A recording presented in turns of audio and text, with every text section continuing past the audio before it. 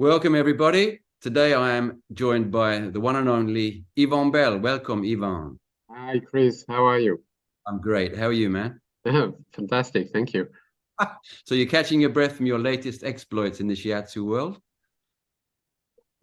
I don't know which one. Exactly. You're always busy with new projects. But I understand that in the beginning, you were a journalist before you were a Shiatsu therapist. Tell us something about that. In fact, I did some study of journalism when I was only 18 up to 20 years old. I and that was it. I have my paper, a diploma. I did a few, let's say, tests working on TV, on radio, newspapers. And finally, I decided that I will never work in an official newspaper or TV because everything is corrupted. Mm-hmm. All the news you're receiving are not exactly correct. Let's say in this way, okay? Very subtly said, Yvon. Thank you for saying that so clearly for our audience. I'm sure people will understand what you mean by that. But the good aspect of this is I have been trained in doing all these articles very fastly. So if you ask me to write a paper, for me, it's not a big deal. Just a question of 2 hours and it's done. So I'm really happy of being able to learn this journalism techniques, in fact. And then later on, I went, because I was quite young at that period, and I said to myself, okay, I don't want to work. In fact, I'm too young for working. So I decided to have a long and painful studies, and finally I found Chinese. Ah. So then you combined the two, and now you write the Ryoho blog. Tell us about the Ryoho blog. Well, the idea behind that was to be able to share my point of view about Shiatsu at the beginning, and also to open the mind of people that a lot of different styles of Shiatsu do exist, sorry. And it was quite interesting at the beginning because I knew just a few of them, like 2 or 3. And now I have in my mind, I have about, I don't know, 60, 20, 70 different styles. I don't know them, of course, but at least the names. And it's my idea of opening the minds of every practitioners and teachers, and also to be a focal point to meet and share experiences, ideas, reflections, some family points from time to time. Yeah, that's the main object, is to be able to share about any kind of stories, anybody wanting to write. If you are able to write, just contact me and then send me an article. That's enough. You hear that, everybody? Excellent news. Yvon, I think the blog is in like 6 languages now. Is that true? Yes, 6 languages. In fact, I'm not the only one working behind that. At the beginning, I was alone. Now it's 35 people working. So it's a big thing, meaning we have plenty of translators and a team of, let's call them journalists, doing their job and interviews and articles. And I'm also receiving a lot from different well-known figures of Shiatsu, which is great because now I'm in touch with a lot of people from mainly all the European countries and more than that, USA, Canada, Australia, and so on. So it's quite interesting. And yeah, we have more or less between 10 and 13,000 readers every month. It's impressive. Yeah, it's a lot. I think it's the biggest blog about that now. For sure. But you don't only blog, you do treatments and you teach Shiatsu, right? Tell us about some of your exploits teaching Shiatsu in various countries. Well, teaching is not an exploit. It's just if you have this passion of Shiatsu, at one point you want to transmit what you know. No, I just love to transmit. Before that, I was a Aikido teacher and a karate teacher, these kind of things. What I would love to is to be able to share Shiatsu, because I think this technique is fantastic, to share to a maximum of persons all around the world. And the last years, I was trying to do it. Well, at the beginning, I was doing it in Belgium. And it was quite normal stuff, you know, doing an association, then find a place, and then you start to teach and so on. But finally, with my family, we decided to move in Africa, in Malawi. And then now we have moved again, and we are in Bosnia, so Eastern Europe. And everywhere I'm going, I'm trying to open a school. And this idea occurred a few years ago when we went to Senegal with my students. And finally, I decided to go on doing this. And it's really interesting because you cannot teach the same way for everybody. It's impossible. The culture are so different. So you need to find different words, different approaches to say, okay, this is Shiatsu, but okay, I give you one example. When I was in Malawi and I tried to present this topic to the people and say, okay, we are talking about chi or energy, things that they're looking at me like, well, what are you talking about? And because they are so religious, at one point I said to them, okay, it's like what the Christ was doing. So putting his hands and healing just like that. And it's a bit more complicated because we are not as good as him, but at least we find a way. And so immediately the people just click and say, okay, we want to learn. When I came here in Bosnia, I said at the beginning, okay, this is about Shiatsu, the energy things. And okay, we do understand what is energy, but we are not interested at all. And I said, okay, that's a pity because it's a very convenient technique, you know, especially when you have been through a war and you have nothing. At least you have your hands, hopefully. And you can say, okay, maybe you can do a lot of good things with just your hands, you know, and like it can be a kind of autonomous medicine. And this word, specific word, was magic. Saying autonomy, oh, we like it. Because we know what it is about to be autonomous. Like when you have nothing, no water, no food, and so on, you're trying to do everything by your own. That's every time you have to find the little thing that blow their mind, and yeah, it's complicated, and at the same time, it's quite a fantastic challenge. And then after a while, everybody is on the same tracks. You just need maybe 1 month of teaching, and after 1 month, you say, okay, now we have a main idea. We see that the direction is there, and we are following what you're saying. And here in Bosnia, it's very different from Africa. Africa, it was very hard to explain any kind of things, even the anatomical parts of the body, because they have no culture, no education, mainly. It's not a question of culture, it's about education. And especially because we open a class in, HCR refugee camp. So meaning the people who came, they flew their country because of war mainly, or political situations. And most of them never went to a school of their life. So everything was new. Here in Bosnia, it's quite different. The level of education is even higher, especially on scientific matters, higher than Western Europe. I think it's an inheritage from the communist period where everybody has to be an engineer or technicians. So it's quite interesting. And so they are immediately understanding what you're saying very quickly, very quickly. And the people in front of me, they are all paramedics or physiotherapists. One of them is a doctor.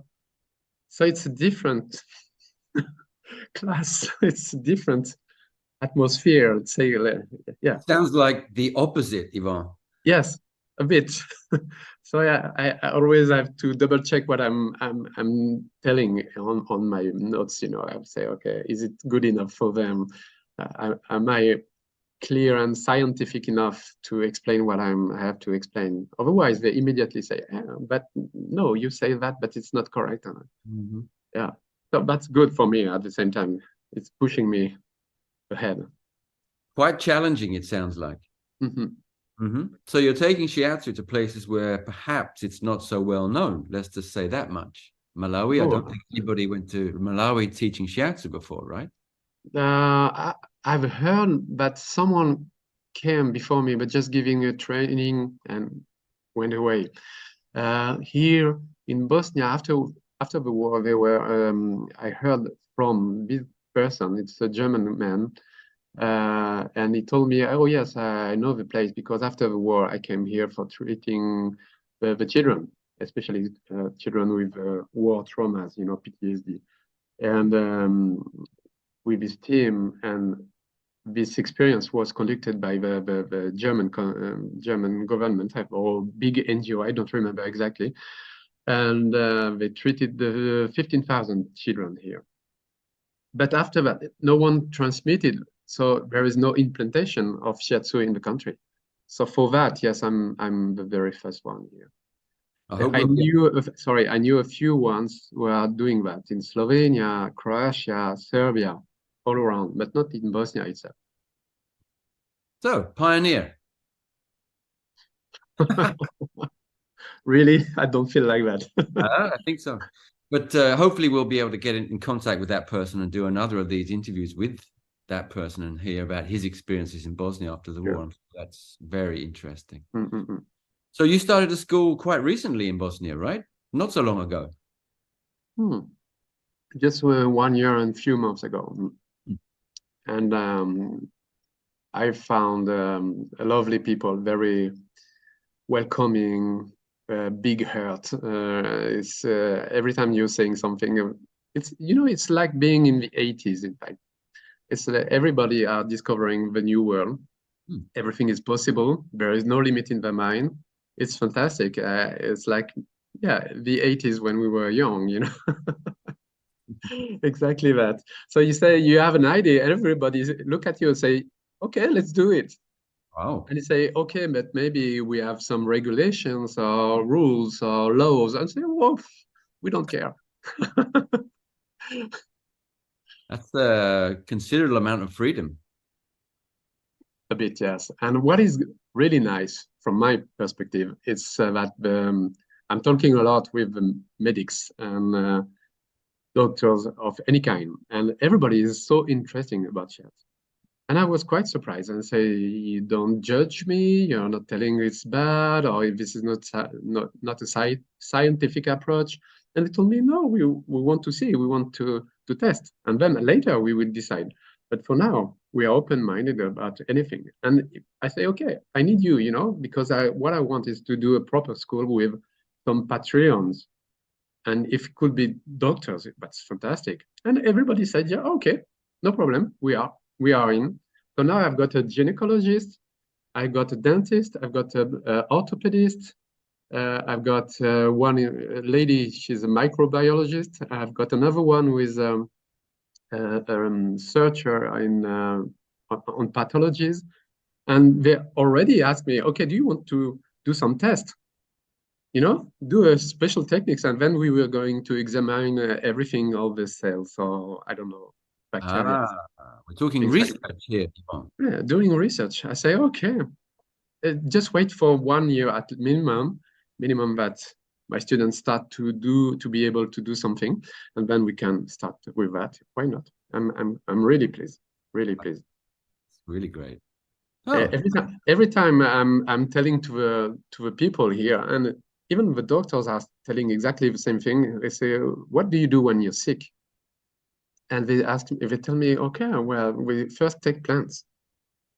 And then if plants is not working, we are asking all women to have special recipe. And if the all special recipes are not working well, we decide to see a doctor. But that's the last thing we are going to do. And even the doctors are saying that. So I was so surprised. That is very interesting, isn't it? Different world. Really different. Not the same Europe as we know. Definitely not. Wonder about the brainwashing effect of the medical industry, Yvon, when you say things like that. Yeah, and again, as I said, it's related with the recent war. It was only 30 years ago. So it means that we had to manage by themselves every day. So this point is very important for them. So, okay, first you are alone, and then if you don't find any solution to your problem, well, you can ask to someone else. And there is also a specific reason is that the hospital are not good. Yes. Yeah. But the medical industry is here. There is plenty of medicines, and the doctors are not very aware about the effects of the antibiotics. So if you have just a cold, they give you antibiotics, which is a disaster. So, but they say first do something by yourself, find plans, find a solution. Just, I don't know, take a mug with rum and plants, these basic things. But yeah, that's good. I like it. I really enjoy it. Interesting. So how long do you estimate you're going to be down in Bosnia, Ivan? Rest of your life or just a few more years? We are supposed to be here for the coming 4 years. Right. So that's plenty of time to get your school started. Exactly. And to have the first class being promoted. Yeah. Great news. Fantastic. So that's the story. So I was a bit surprised when you asked me to do this interview, because it's not, for me, it's my daily life, and there's nothing special. I'm not feeling like a pioneer or heroes or doing exploits. It's just my normal life. Just maybe not everybody has done 4 different schools, created 4 different schools in their life. And I think it's just at the beginning. I'm supposed to go to open one, I hope, in Senegal next year in June. We are starting giving classes there. I hope one day I will be able to open my own in France when I will go back to France at one point.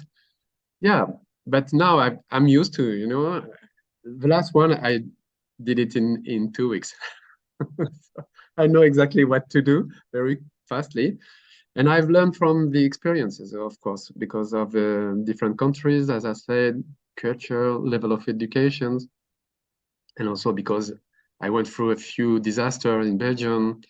So all this taught me a lot of what to do, what not to do, when to decide, when to let it go, and this kind of thing. Wonderful. So, Yvonne, it sounds like you're an incredible resource for the Shiatsu world. So if people have questions, direct them towards Yvonne Bell, international Shiatsu man. Yvonne, wrapping it all up now, do you have a final comment for our audience? Something that you'd like to just share? It's always the same. It's been years going through kind of different style of interviews, and I'm always saying this: Shiatsu is still a blank world, a blank page. Everything has to be done. Of course, we do have organization in different countries, but in fact, when you think about it, Shiatsu is still not included in different layers of the societies.